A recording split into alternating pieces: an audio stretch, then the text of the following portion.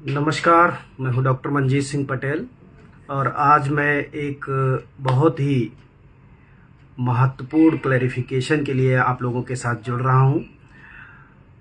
अभी 2-3 दिन पहले हमने मनी 9 जो कि टीवी 9 का मनी संस्करण है, उस चैनल पर हमने यूनिफाइड पेंशन स्कीम और एनपीएस यानी न्यू पेंशन स्कीम दोनों को कंपेयर करते हुए एक डेटा रखा था और लोगों को ये बताने की कोशिश की थी कि किसकी सर्विस की लेंथ कितनी है, उसके हिसाब से उसके लिए अभी फ़िलहाल कौन सा ऑप्शन बेहतर होगा।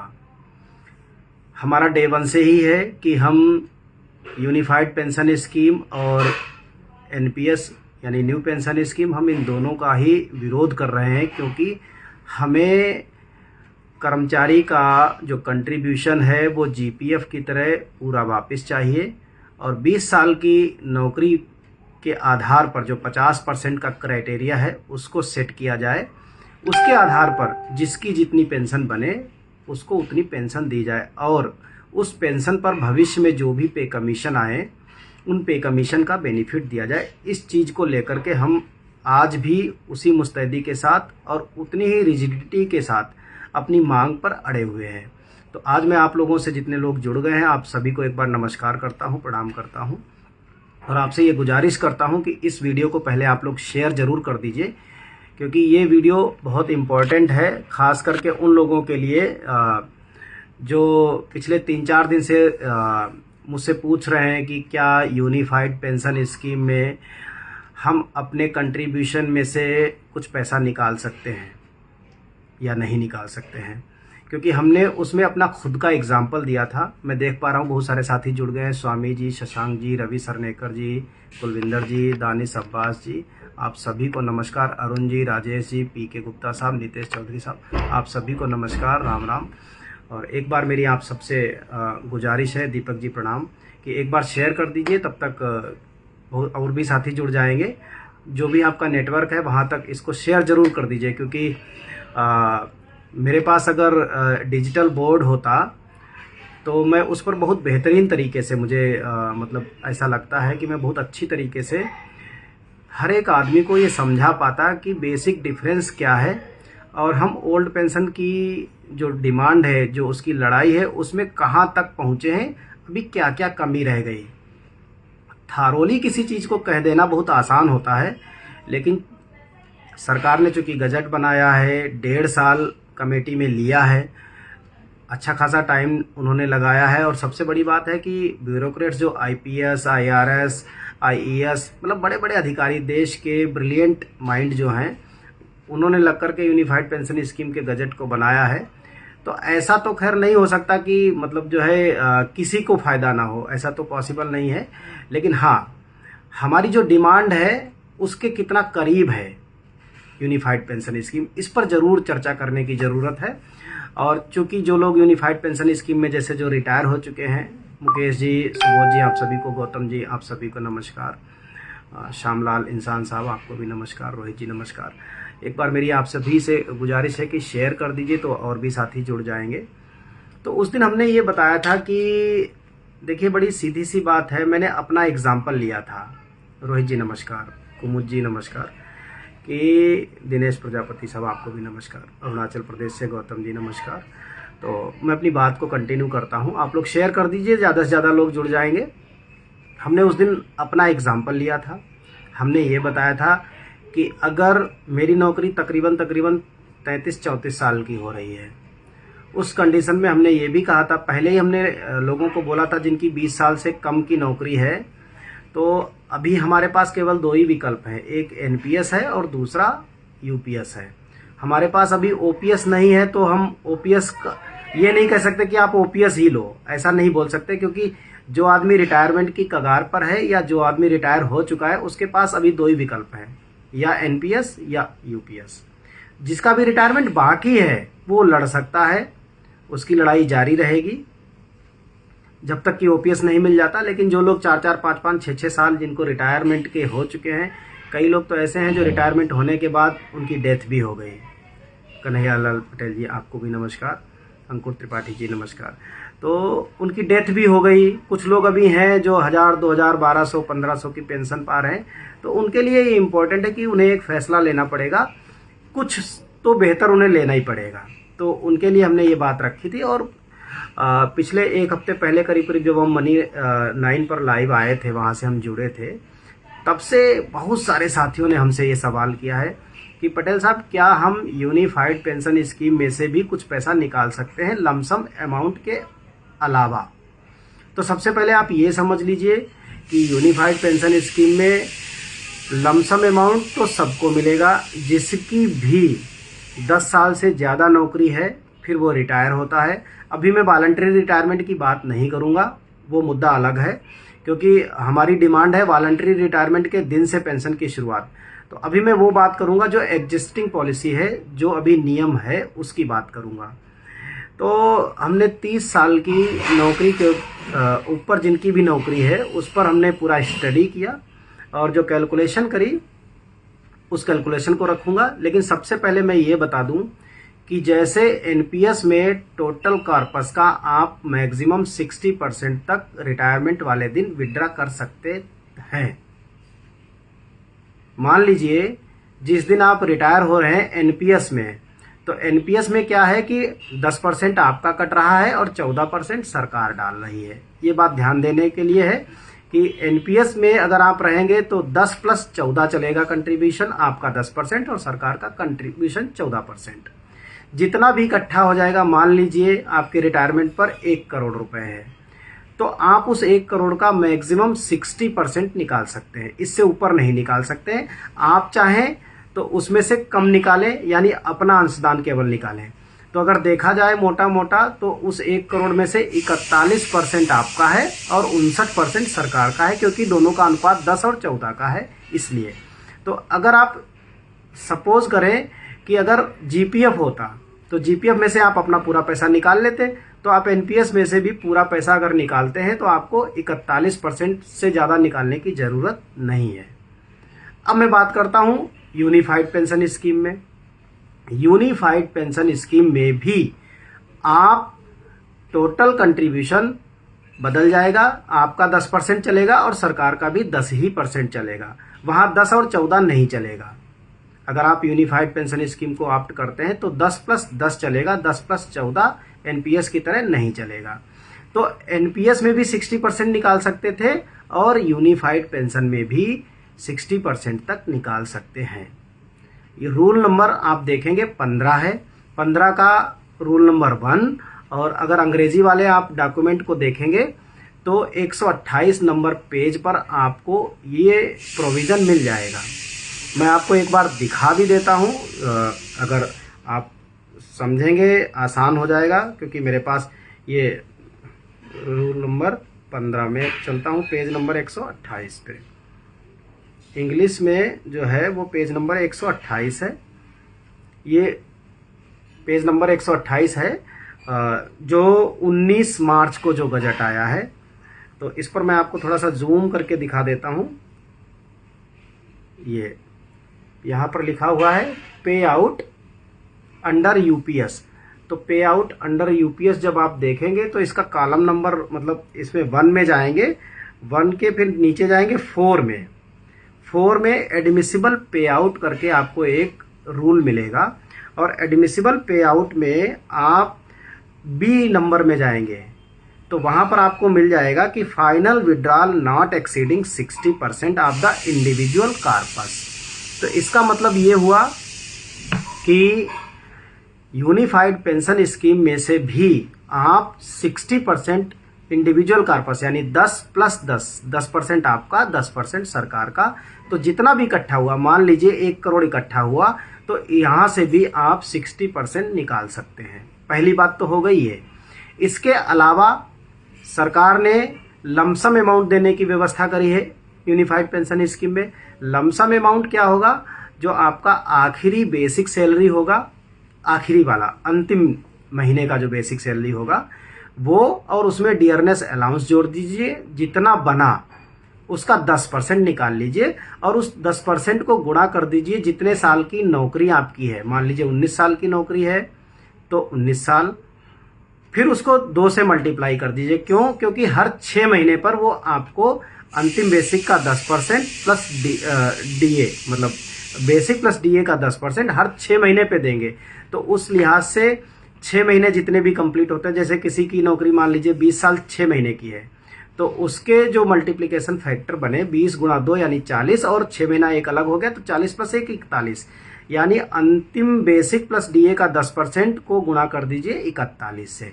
मोटा मोटा ये 10% बन जाएगा आपका टोटल कॉर्पस का।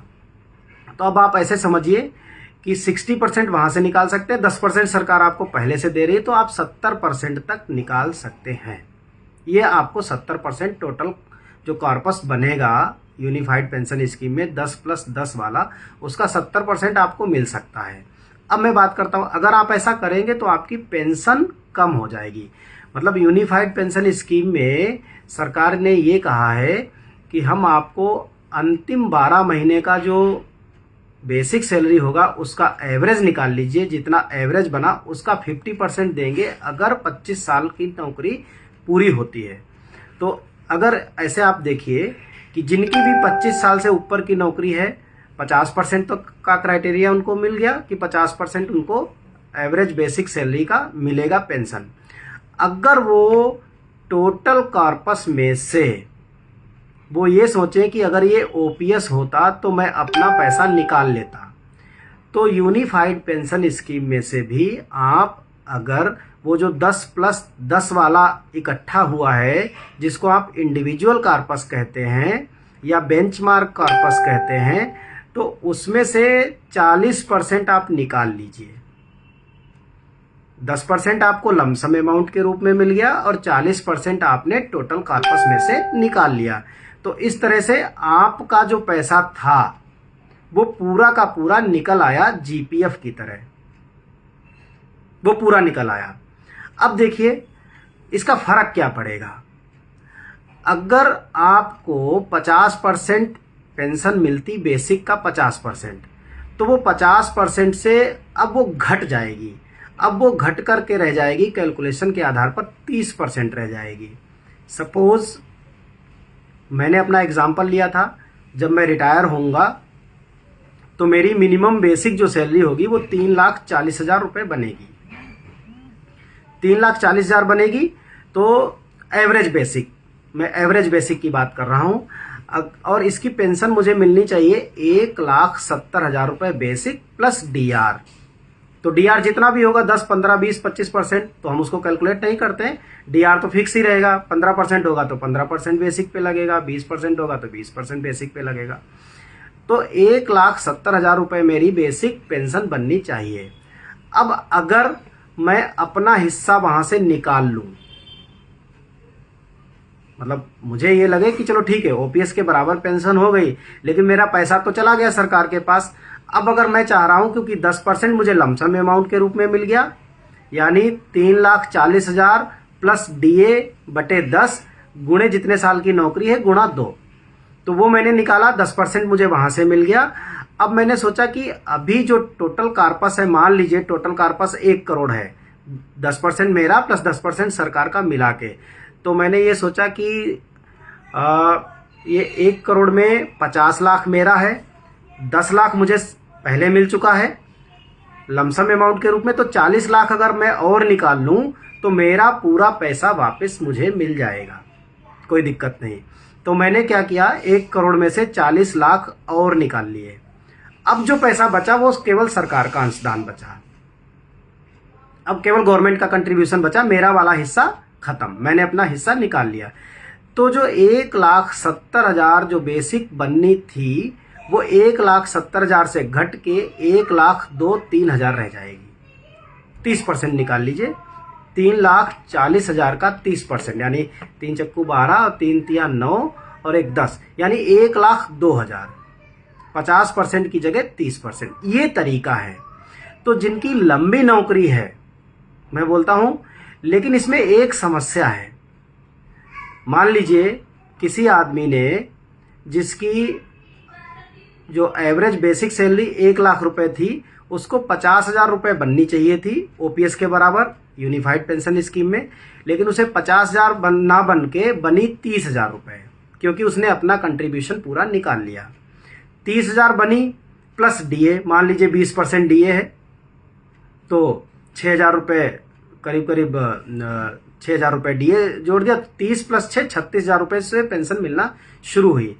अनफॉर्चुनेटली अगर उसकी डेथ हो गई 2-4 महीने में या साल 1.5 साल में ही, तो क्या होगा, बेसिक सैलरी उसकी फिर से 60% रह जाएगी। ये प्रॉब्लम है इसमें।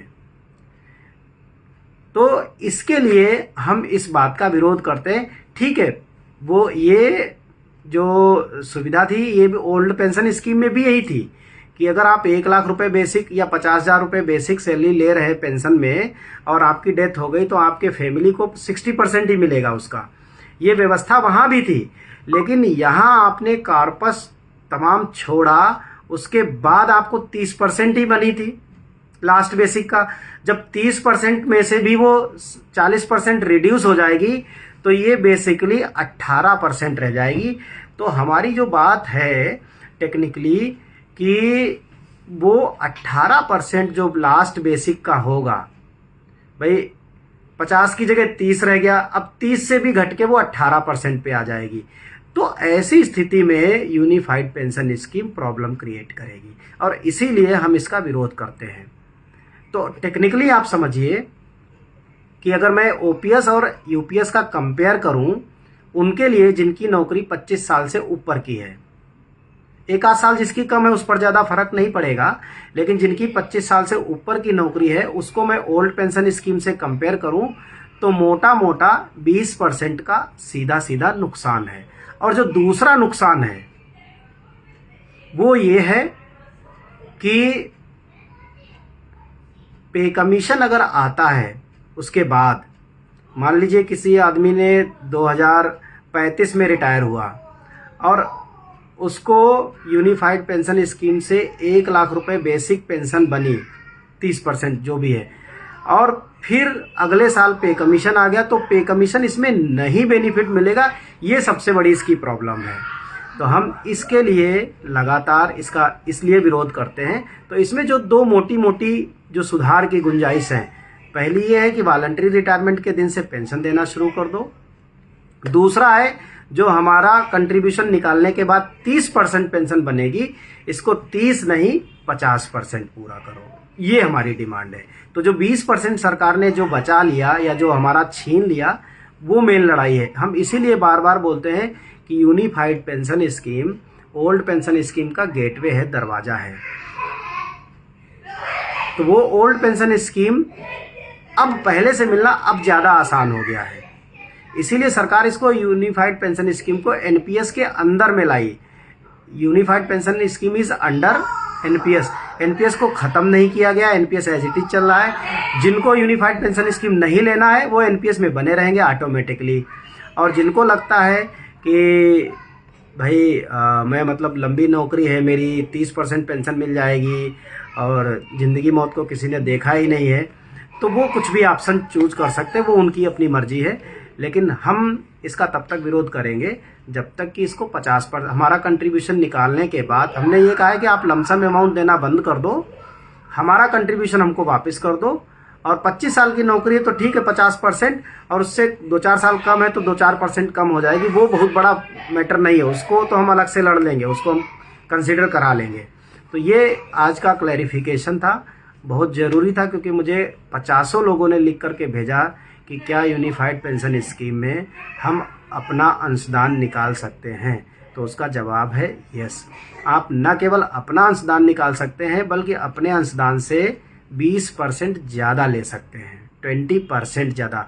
एनपीएस में आपको 45% ज़्यादा निकालने की पावर थी, यूपीएस में आपको 20% ज़्यादा निकालने की परमिशन है, लेकिन उसको निकालने से पेंशन लास्ट बेसिक का घट जाती है, वो 50% से नीचे आकर के 30% में टिकेगी, ये आप समझ लीजिए। तो खैर एक उन लोगों को ज़्यादा बेनिफिट हो सकता है, जैसे मान लीजिए अभी जो 2026 के बाद रिटायर होंगे उनको बहुत बेनिफिट हो सकता है, लेकिन जो 2026 से पहले रिटायर हो जाएंगे उनके लिए बहुत दिक्कत है इसमें। हाँ, साजिद अली, मेरी क्वेरी है कि मेरी टोटल सर्विस 31 साल होगी, रिटायरमेंट पर तो मुझे क्या ऑप्ट करना चाहिए, एनपीएस है यूपीएस? मैंने पूरी बात आपको बता दी है। 31 साल की नौकरी में अगर आप यूपीएस ऑप्ट करते हैं तो आपको 50% पेंशन मिलेगी, ओपीएस के इक्विवेलेंट मिलेगी, और अगर आप अपना पूरा अंशदान उसमें से वापस ले लेते हैं तो लास्ट बेसिक का जो 30% मिलेगा, 50 की जगह 30% मिलेगा, प्लस डीआर मिलेगा। इवन रत्ना पाई जी का मैसेज है, even DR is calculated on reduced pay out, not on full payment like commutation of pension. हाँ, ये कम्यूटेशन नहीं है, ये बात आपकी सही है, क्योंकि कम्यूटेशन में हम 10 साल की 40% एडवांस पेंशन ले लेते थे ओपीएस में, और वो 12 साल से ज़्यादा डिडक्शन भी नहीं कर सकती थी। लेकिन आप समझिए, अगर हमने एडवांस पेंशन ले ली तो हमारी पेंशन में से वो कटौती भी होती थी। ऐसा नहीं है कि वो हमने ले लिया तो वो मतलब जो है हमें देना नहीं पड़ता था, वो देना पड़ता था। हाँ, अगर डेथ हो जाती थी कर्मचारी की तो वो पैसा फिर देना नहीं पड़ता था। और किसी का कोई क्वेश्चन हो, किसी साथी का अगर कोई क्वेश्चन हो। गुरमीत जी, आपका मुझे मैसेज मिल गया, धन्यवाद गुरमीत जी। और मेरी कोशिश ये थी कि इस यहाँ पर जो शंका है उसको मैं दूर कर सकूँ। कृष्ण गोपाल दूरबार जी का मैसेज मिल गया मुझे, नमस्कार, आपको भी नमस्कार। हाँ, श्यामलाल इंसान जी, हमारी जीडीएस सर्विस के बाद स्थायी होने पर हमें पुरानी पेंशन में पूरा लाभ मिलता था, इसीलिए मैंने कुल वो समझ में नहीं आया, मैसेज चला गया। अगर किसी साथी का कोई सवाल हो तो मुझे नीचे लिख दे, अपना सवाल लिख दे, अपनी क्वेरी लिख दे, तो मैं उसका जवाब देने की कोशिश करूँगा। और मेरी तरफ से आज इतना ही था। बहुत बहुत धन्यवाद आप सभी को। अभी भी हैं तकरीबन 80-85 लोग अभी भी जुड़े हुए हैं। और अगर किसी साथी का कोई क्वेश्चन हो। विकास जी जय हिंद, ऋचा जी नमस्कार, थैंक यू ऋचा जी, आपको भी थैंक यू। जय विनय जी थैंक यू। 23 को मीटिंग में क्या हुआ? रविकांत भारद्वाज जी, देखो भैया, 23 को जो मीटिंग हुई जेसीएम की बैठकों में कोई ऐसा नहीं होता कि कोई एक ही बैठक में कोई डिसीजन आ जाए। बैठकों में रिप्रेजेंटेटिव जो होते हैं वो अपनी बात को रखते हैं, अपनी डिमांड को रखते हैं, सरकार से बात करते हैं, डिस्कशन होता है, फाइनल डिसीजन सरकारें लेती हैं। वो 4 दिन में लेती है, 5 दिन में लेती है, 4-5 महीने में लेती है, वो सरकार के ऊपर रहता है। लेकिन हाँ, और उसके कोई मिनट जारी नहीं होते हैं। किसी भी जेसीएम बैठक का आप देख लीजिए, बहुत रेयर मिनट जारी होते हैं। और लेकिन जेसीएम ने अपने मिनट जारी किए हैं उस बैठक के बाद, और उस बैठक में जो जेसीएम ने अपने मिनट जारी किए हैं उसमें ये कहा है कि पे कमीशन के गठन को लेकर के अभी तो कमेटी चूंकि बनी नहीं है, अभी तो भर्ती चालू है, अभी 2 महीने का टाइम दिया हुआ है भर्ती में, तो जून तक का टाइम दे रखा है। अभी 4 अंडर सेक्रेटरी और उनको भर्ती करने हैं। तो डीआर सर फॉर 30% पर कैलकुलेट होगा। आपका बेसिक प्लस डीआर, जो करंट डीआर होगा, जिस समय आप रिटायर होंगे उस समय जितना डीआर होगा। तो मैं जो बता रहा था कि जो जेसीएम की जो 23 तारीख को बैठक हुई है, उसके बाद जेसीएम ने एक लेटर जारी किया है, और उस लेटर में ये लिखा है कि 8वें पे कमीशन में जो सुझाव दिए जाएंगे जेसीएम की तरफ से, तो जेसीएम में बहुत सारी चूंकि यूनियंस हैं, एनएफआईआर है, एआईआरएफ है, एआईडीईएफ है, अभी बीपीएमएस के भी एक कैंडिडेट शामिल हो गए हैं, सिड्रा है, इनकम टैक्स के हैं रूपक सरकार साहब, और INDWF Indian national defence and worker federation, तो वो हैं। ऐसे करके 12 लोग हैं। तो उन्होंने ये तय किया है कि जो भी सुझाव जाएंगे जेसीएम की तरफ से वो एक कॉमन बनाया जाएगा, और उनका जो रिप्रेजेंटेशन होगा वो कॉमन बनेगा। पूरा उनकी डिमांड, उनका जो कुछ भी होगा वो कॉमन ही रहेगा। तो उसके लिए उन्होंने एक कमेटी बनाई है, और कमेटी में 5-6 लोगों को रखा है। उसकी लिस्ट उन्होंने जारी की है कि वो उनकी क्या कमेटी रहेगी। तो अभी तो उसमें केवल 8वें पे कमीशन की गठन की बातें हुई हैं, उसी को लेकर के कमेटी बनाई है। उसमें पेंशन का अभी कोई जिक्र मुझे दिखा नहीं है, लेकिन जब तक कुछ ऑफिशियली कुछ और सरकार की तरफ से ना आ जाए तब तक मैं कह भी नहीं सकता उस चीज़ को। लेकिन मुझे फिलहाल पेंशन के मसले पर उस बैठक में कुछ दिखा नहीं है। संजय त्रिपाठी जी 15 साल की सर्विस में, देखिए 20 साल की सर्विस से जिनकी भी कम है, तो उनके लिए मैं सजेस्ट अभी करूँगा कि अभी फ़िलहाल एनपीएस से बेहतर है यूपीएस, क्योंकि 15 साल की नौकरी में आपको लगभग जो आपका बेसिक सैलरी होगा आखिरी, जिसको एवरेज कह लीजिए, उसका 30% आपको पेंशन मिल जाएगी। 50 नहीं मिलेगा, 30% प्लस डीआर। तो मैं कहूँगा कि एनपीएस में 15 साल में कुछ भी नहीं मिलेगा आपको। 4-6-10 लाख रुपए जरूर मिल सकते हैं, उस 4-6-10 लाख रुपए से ना आपका भला होगा, लेकिन 30% पेंशन मैं समझता हूँ कि अगर 50% भी आपकी बेसिक होगी तो 15,000 बेसिक बन गई प्लस डीआर। तो एक मैं मानूंगा कि फिलहाल एनपीएस से उनके लिए एक मतलब मैं मानूंगा 10% तो बेहतर है ही है।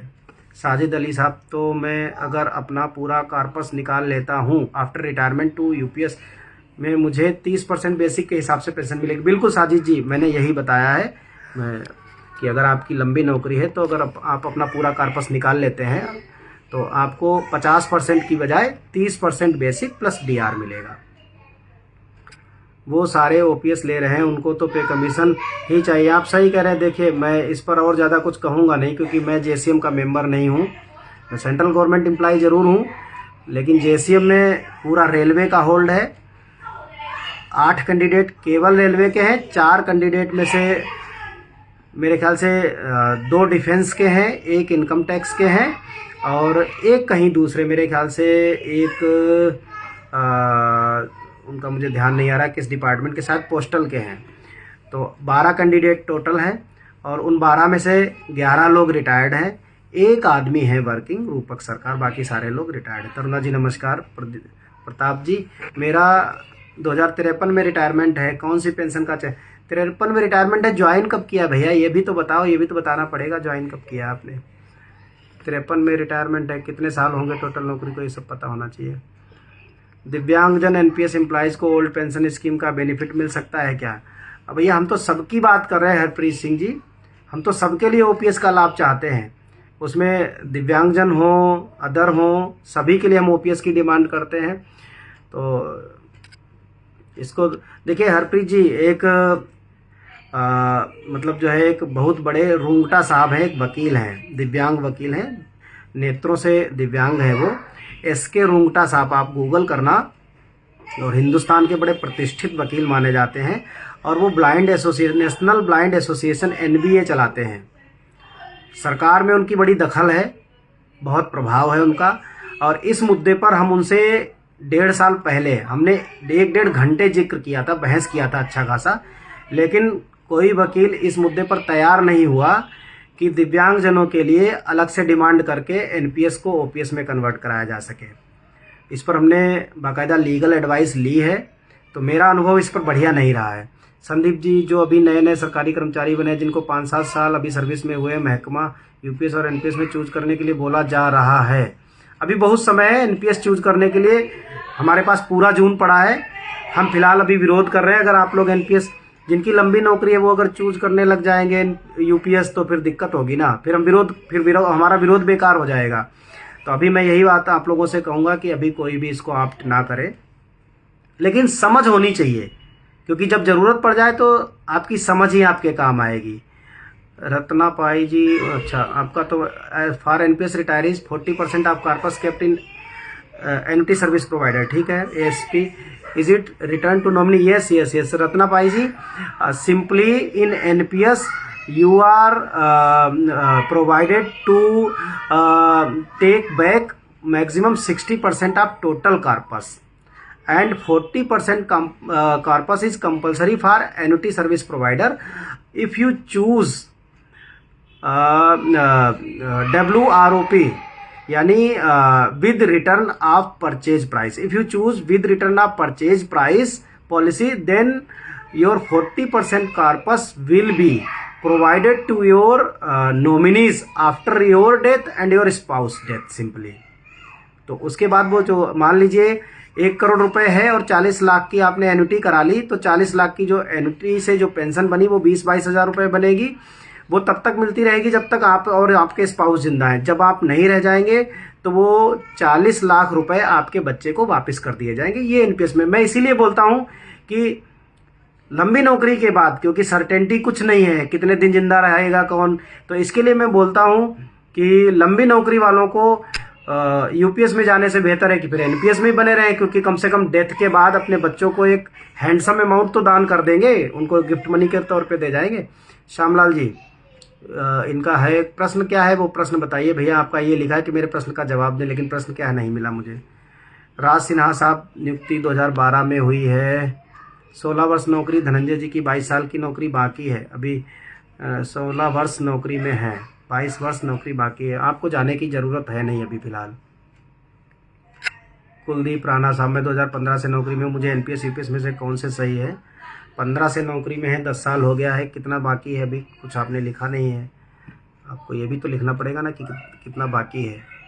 एनपीएस में डेथ पर ओल्ड पेंशन मिलती है। देखिए चरणजीव सिद्धू जी का सवाल बहुत शानदार है। देखिए यूपीएस में, एनपीएस में क्या है, विकल्प मौजूद है ओल्ड पेंशन स्कीम का। अगर किसी एनपीएस कर्मचारी का सेवा काल में डेथ या डिसेबिलिटी हो जाती है तो उसके पास ओल्ड पेंशन स्कीम का विकल्प है। कर्मचारी का अंशदान पूरा वापस हो जाता है और पुरानी पेंशन के हिसाब से पेंशन मिलती है। यूनिफाइड पेंशन स्कीम में इस बात के स्पष्ट प्रमाण नहीं है, लेकिन 24 फरवरी को जब हम कार्मिक मंत्रालय के साथ हमारी बैठक थी, हमने उस बैठक में इस मुद्दे को उठाया था, तो पेंशन सेक्रेटरी साहब ने ये कहा था कि चूंकि unified pension scheme is already under new pension scheme, ये कुछ अलग से नहीं है, एनपीएस के अंडर में ही है, तो अगर इन सर्विस डेथ होती है तो इन सर्विस डेथ होने पर पुरानी पेंशन का लाभ मिलेगा। ये बात उन्होंने कही थी कि सेम टू सेम रहेगा। और डेथ वाले जो जहां पर कॉलम है यूनिफाइड पेंशन स्कीम में, उसमें इसका स्पष्टीकरण नहीं है। पंकज गुप्ता साहब, मेरी सर्विस 10 साल हो गए हैं और 2044 में रिटायरमेंट है, तो 25, 20, 45 अभी तो आपको बहुत लंबा समय है। 24, 10, 34 साल की नौकरी, लंबी नौकरी है, आपको कहीं इधर उधर भटकने की अभी ज़रूरत नहीं है फ़िलहाल। और बहुत जब इमरजेंसी होगी तो मैं जून के पहले हफ्ते में आप लोगों को प्रक्रिया समझा दूंगा कि कब क्या करना है, लेकिन अभी हमारा फोकस पूरी तरीके से यूनिफाइड पेंशन स्कीम के विरोध पर है। अमित दास जी, मेरी ज्वाइनिंग, ये पर्सनल सवाल पूछ लीजिएगा इतना कार्पस, क्योंकि कैलकुलेशन करने में टाइम लगता है। आपकी कोई क्वेरी हो तो पूछ लीजिए, जहाँ पर यूनिफाइड पेंशन स्कीम को लेकर के कुछ चीज़ें हों, कन्फ्यूजन में हो, या एनपीएस को लेकर के। 2008 में ज्वाइनिंग हुई है, 49 में रिटायरमेंट है, 40, 8, 48, 41 साल की नौकरी है। कन्हैयालाल पटेल साहब, बहुत लंबी नौकरी है, और इतनी लंबी नौकरी क्योंकि नौकरी के बाद, रिटायरमेंट के बाद अनसर्टेनिटी बहुत होती है, इसलिए मैं कहूँगा इस मामले में अभी आप चुप रहें और कम से कम मई तक शांत रहें। और अगर आप सेंट्रल गवर्नमेंट के एम्प्लॉई हैं, और अगर स्टेट के हैं तो बिल्कुल शांत रहे, अभी कुछ बोलने की ज़रूरत नहीं है। Mansi Sharma, I join in May 2008 and my retirement is in January 43। तो लंबी 25, 8, 43, बहुत लंबी नौकरी नहीं है मानसी जी। आपके लिए मैं ये सजेस्ट करूंगा कि आप थोड़ा सा रुक जाइए, जून में फैसला लीजिएगा। मैं आपको जून में फैसला दे दूंगा, आप मुझे पर्सनल मैसेज कर दीजिएगा, मैं आपको उसमें समझा करके भेज दूंगा। यहाँ लाइव में बताऊंगा नहीं इस चीज़ को। 25 साल की नौकरी कैलकुलेशन पर बेस है। आपका मुझे चाहिए होगा लेवल, किस लेवल में नौकरी कर रहे हैं, कितना भी कार्पस इकट्ठा हो गया है, ये सारी चीज़ें आपको बतानी पड़ेंगी, तब जा कर के मैं आपको बता पाऊँगा। पवार साहब देख रहे हैं, चिंत मोहन जी नमस्कार, मनीष चौरसिया साहब।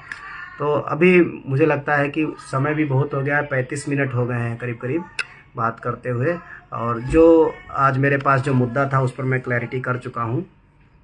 अगर कोई विशेष सवाल हो, कोई विशेष क्वेरी हो, क्योंकि पर्सनल ये डेटा कि मेरा इतने में रिटायरमेंट है, जब तक पूरा डेटा नहीं होगा, ग्रेड पे क्या है, लेवल कौन सा है, अभी एनपीएस में कॉर्पस कितना है, और आपका ज्वाइनिंग किस मंथ का है, ताकि हम ये पता कर सके कि आपकी एमएससीपी कब होगी, तब जाकर के हम बता पाएंगे। और उसको कैलकुलेट करना पड़ेगा बाकायदा, उसमें टाइम लगता है। I am referring NPS retiree before 31 मार्च 2025। ठीक है रत्ना पाई जी, आपका मुझे सवाल मिल गया, इसको कैलकुलेट करना पड़ेगा। आप मुझे पर्सनल मैसेज कर देना मेरे व्हाट्सएप पर। मेरा व्हाट्सएप नंबर है 9899353538। ये मेरा नंबर है, इस पर आप मैसेज कर देंगे तो मैं फुर्सत में रहूंगा तो कैलकुलेशन करके आपको भेज दूंगा। बहुत बहुत धन्यवाद आप सभी साथियों का। सच्चिदानंद सिंह जी, आपका भी बहुत बहुत धन्यवाद। जय हिंद, जय भारत, जय all India NPS employees federation, national mission for old pension scheme Bharat जिंदाबाद। मेरा नंबर है 9899353538। जिन साथियों को मेरे नंबर की ज़रूरत है 9899353538 9899353538। Thank you so much. बहुत